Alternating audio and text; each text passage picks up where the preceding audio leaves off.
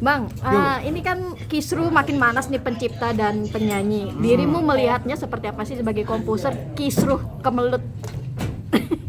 Ya apa ya, sangat menyayangkan juga gitu. Apalagi saya posisinya ada dua juga kan, pencipta lagu, terus saya ada bersama 3 komposer yang penyanyi juga. Jadi saya ciptain buat diri saya juga, nyanyi buat teman-teman penyanyi juga. Kadang saya bingung harus berdiri di mana ini gitu. Tapi yang pasti apapun itu tujuannya menurut saya ya, komposer punya tujuan goalsnya juga untuk mensejahterakan para komposer juga. Kalau kita berbicara dari komposer gitu kan. Tapi nggak ada salahnya juga penyanyi juga menghargai para komposernya juga gitu sih, lebih ke situ aja sih. Jadi saya yang manapun selama itu untuk kebaikan sih saya. Tapi kan ada dua sisi nih. Ada yang silakan bernyanyi tanpa melakukan izin sepuas hati. Ada yang izin harus bayar izin ya. Ini gimana nih? Ya gimana ya? Ya mungkin dari teman-teman yang ada bergabung juga di komposer itu, yaitu Asosiasi Komposer Seluruh Indonesia, yaitu AKSI.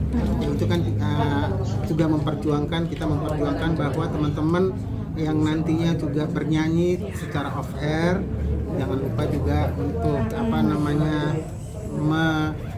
mengingat juga para komposernya. Walaupun mungkin saya belum tahu regulasi, tapi setahu saya itu adalah yang membayarkan itu adalah pihak ibunya kan, bukan si artisnya sih.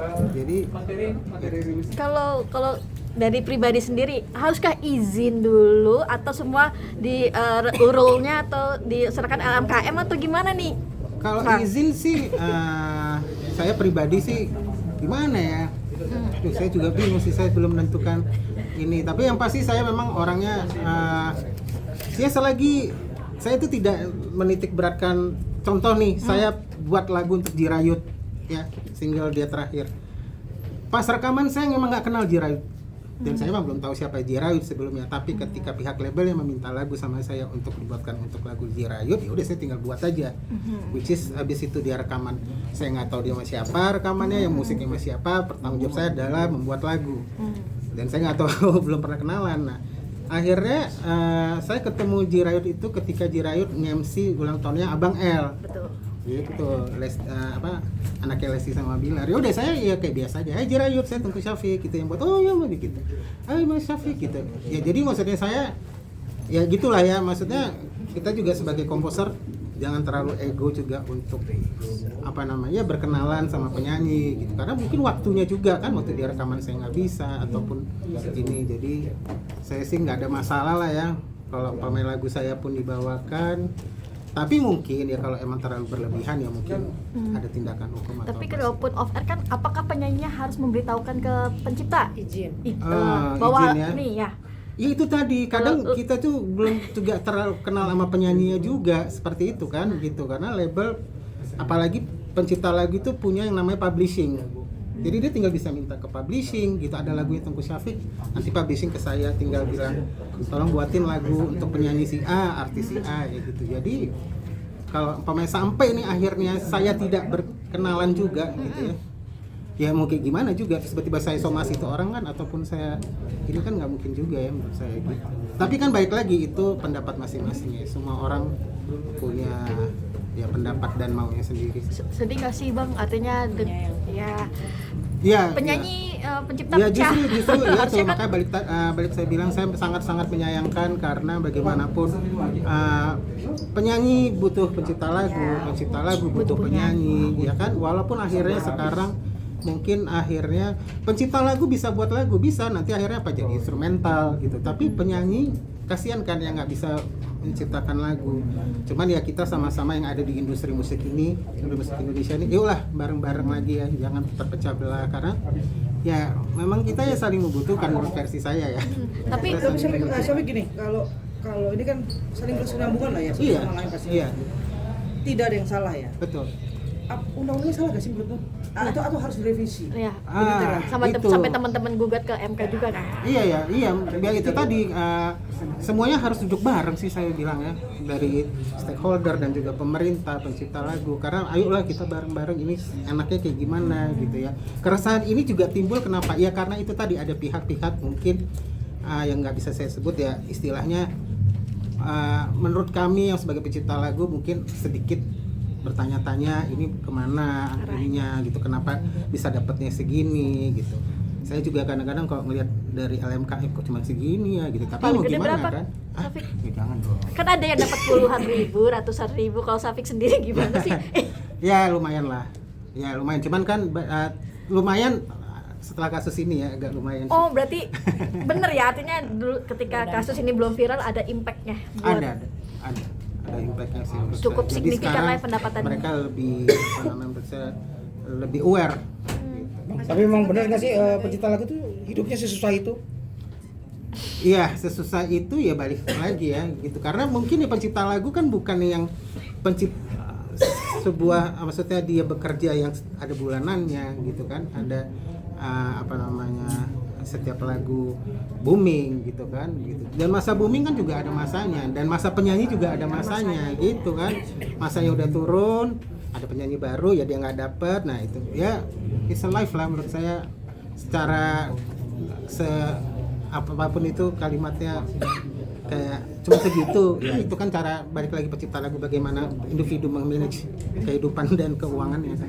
Oke, sampai antara juga antara penyanyi dan pencipta lagu. Nah, dan akhirnya Dede sendiri pun juga merasakan. Nah, mungkin dari manajemen Dede sendiri awalnya dan reaksi Dede pertama kali seperti apa akhirnya merasakan digugat juga di Mas Safik. Iya, makanya pas kemarin main biasa kan kalau diajak ngumpul ke rumah Lesti dan Bilar tuh, kemarin ada kasus temen-temen kan ya kayak si Agnes ya kan sama Agnes Mas Ari, Vidi. jadi kita ini gimana ya gitu, kok bisa gini ya gini gitu, lagi ngobrol gitu. Terus tiba-tiba berapa minggu kemudian kayak lah kok Dede nih sekarang yang jadi topik ya gitu ya. Ya tapi apapun itu mungkin menurut saya ya semua orang bisa ya terkena itunya lah ya gitu ya, tapi mau gimana lagi kalau dibilang dia sendiri juga shock ya shock gitu ya, tapi dia bilang ya apapun itu, saya bilang kalau memang nggak merasa bersalah ya udah, kenapa harus juga jadi takut atau apa gitu.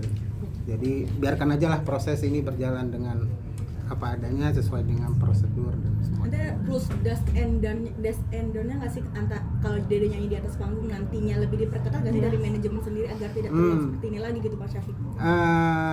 Ya mungkin lah gitu ya, mungkin nanti kita akan pikirkan beberapa hal-hal yang mungkin meminimalisir tidak lagi terjadi seperti ini. Cuman mau gimana teman-teman, artis kayak saya manggung terus kalian rekam, terus tiba-tiba kalian upload, terus tanggung jawabnya siapa? Masa ke penyanyi menurut saya kan. Terus tiba-tiba dituduh bahwa itu uploadannya dari saya kan, dari nama aja kan udah beda gitu.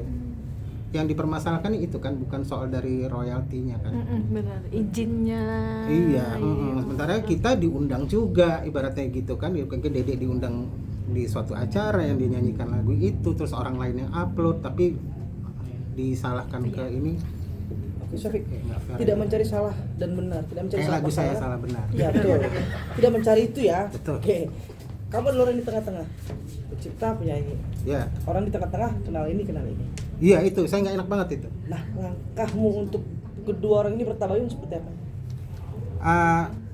Yang mana nih kasusnya? Lesti dengan Om Yoni. Om Yoni. Oh ya, ya jujur saya sangat menghormati Om Yoni, tapi secara apa namanya ini saya belum pernah bertemu juga. Apa namanya person ya, person tuh nggak pernah ketemu. Jadi apa namanya, nanti itu kan juga masalah ini kan bukan hanya dari manajemen saja yang akan bertindak kan, sudah ada kuasa hukum, jadi juga dia mengkuasakan semuanya kekuasaan hukum, jadi biar kuasa hukum sendiri yang apa, dari pihak kuasa hukum yang menjebatani atau apapun nanti gitu langkah-langkahnya. Untukmu sendiri sebagai pencipta lagu, sebagai apa sih yang paling utama yang pengen kamu ubah dari ini semua supaya nggak lagi terjadi seperti ini gitu loh? Aduh, apa ya, sistem sih, sistem yang benar gitu ya, itu penting karena semua menurut saya sendiri aja bekerja aja punya sistem sendiri ya kan. Saya harus buat lagu, saya harus workshop sama penyanyinya kapan, saya harus ini, semuanya ada sistemnya. Jadi itu yang perlu, sistemnya dan regulasinya yang benar gitu, dan memang benar gitu. Ketika memang CEO memang memberikan apa namanya fee yang dimintakan itu ya memang benar gitu, itu aja sih.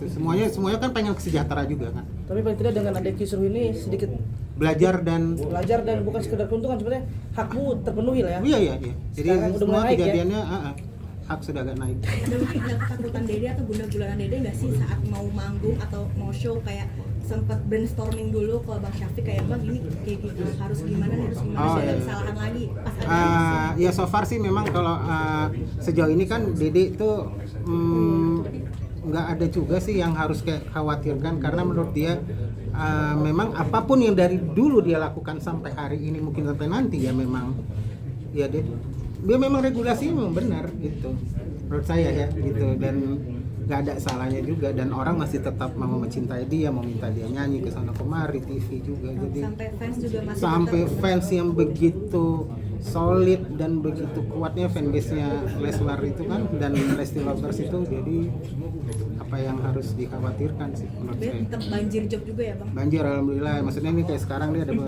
ada regular juga di TV ya kan, terus nanti mungkin mau keluar negeri lagi mungkin, saya juga kurang tahu sih. Bang, apa mungkin Dede jadi nggak akan bawain lagu orang lagi Bang, atau gimana kemungkinan? Ya memang belakangan ini kan juga Dede udah mulai ciptain lagu kan, Nah. gitu. Dede juga saya suruh juga kemarin. Nah itulah berawal dari saya sering bermain di sana gitu ya. Bilar juga sudah buat lagu seperti Angin itu kalau nggak salah tuh, atau lagu yang baru juga saya nggak tahu nih, ada ciptaan Dede juga gitu.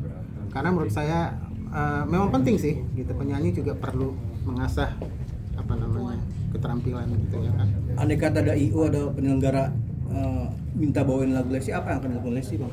Apakah izin dulu atau gimana? Ya itu kalau saya kurang tahu ya, karena memang kebanyakan sekarang memang menurut saya Dede itu lebih banyak di TV kan, karena memang apalagi dia baru punya anak yang masih harus fokus karena masih bayi gitu ya, jadi kalau harus dibawa ke sana kemari akan repot, jadi dia mungkin banyak ambil job-jobnya itu ya di dalam kota terutama sih. Oke, terima kasih. Thank you.